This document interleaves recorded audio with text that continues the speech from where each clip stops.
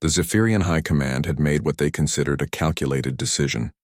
After months of observing the primitive species called humans from their cloaked vessels, they had concluded that Earth would make an excellent addition to their expanding empire. The planet's resources were abundant, its location strategically valuable, and its inhabitants appeared laughably weak. Admiral Kexthan stood before the holographic display of Earth, his forearms crossed in satisfaction. "These creatures barely reach our chest height," he announced to his officers. "Their technology is centuries behind ours. They still use chemical propulsion for space, travel and primitive kinetic weapons for warfare."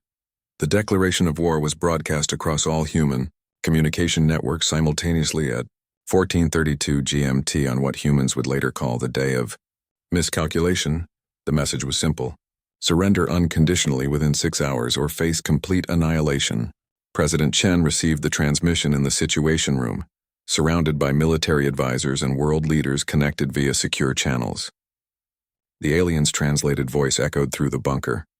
"Primitive humans, your world now belongs to the Zephyrian Empire. Submit and you will be permitted to exist as our servants. Resist and be eradicated." What the Zephyrians didn't understand was that they had just made humanity's greatest mistake for them. They had given humans a common enemy.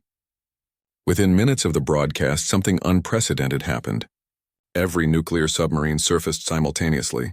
Fighter jets that had been grounded for maintenance were somehow airborne within the hour. Military bases that had been on skeleton crews were suddenly operating at full capacity.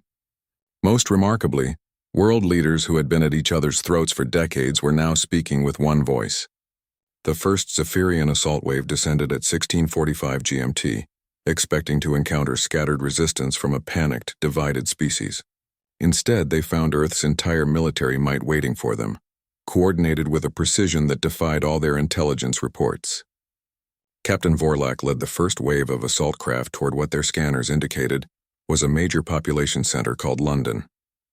His confidence wavered when his sensors detected thousands of projectiles launched simultaneously from multiple continents, all converging on his fleet's position with impossible accuracy. "How are they coordinating this?" he demanded of his tactical officer. "Our intelligence showed their military forces were fragmented across hundreds of different nations." The answer came in the form of a massive coordinated strike. Humanity had weaponized everything, not just their military arsenal, but their entire technological infrastructure. Satellites became kinetic projectiles, communication networks became targeting systems, and even civilian GPS systems were repurposed to guide improvised missiles with surgical precision. But the real shock came when the Zephyrians attempted their first ground assault. Their soldiers, genetically enhanced and equipped with energy weapons, expected to face terrified civilians and outgunned military forces.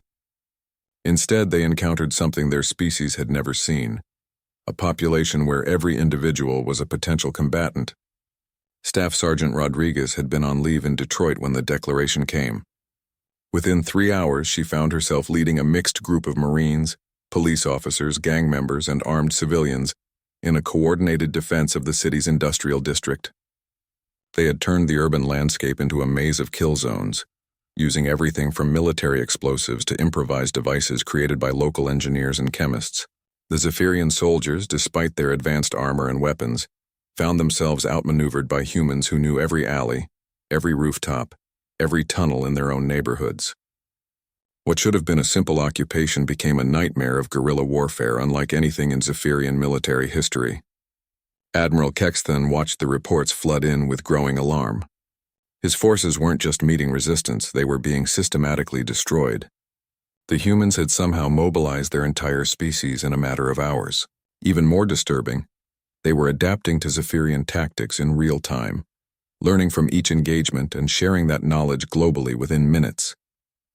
The breaking point came when Dr. Sarah Kim, a quantum physicist from Seoul, managed to reverse engineer a captured Zephyrian energy weapon in under 4 hours, using equipment from her university lab and a microwave oven.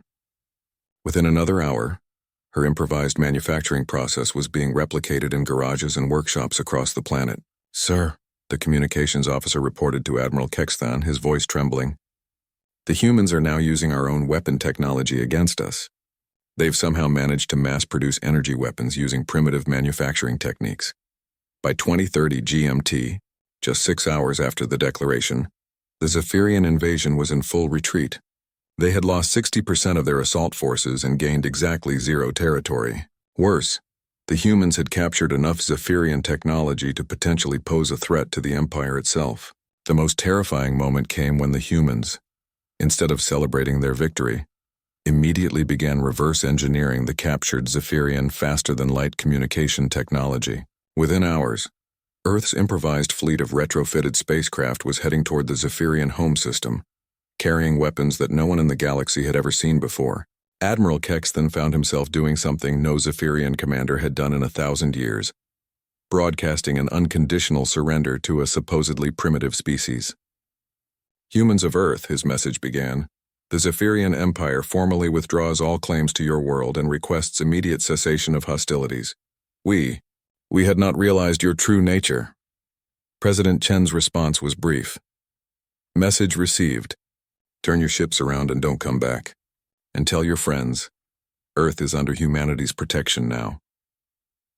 As the last Zephyrian vessel disappeared beyond Earth's solar system, the world's leaders remained in constant communication, not to argue about returning to their previous conflicts, but to discuss their new shared mission, ensuring that no other species would make the same mistake the Zephyrians had. The galaxy would soon learn what the Zephyrians discovered too late. Humans didn't just fight wars. They perfected them.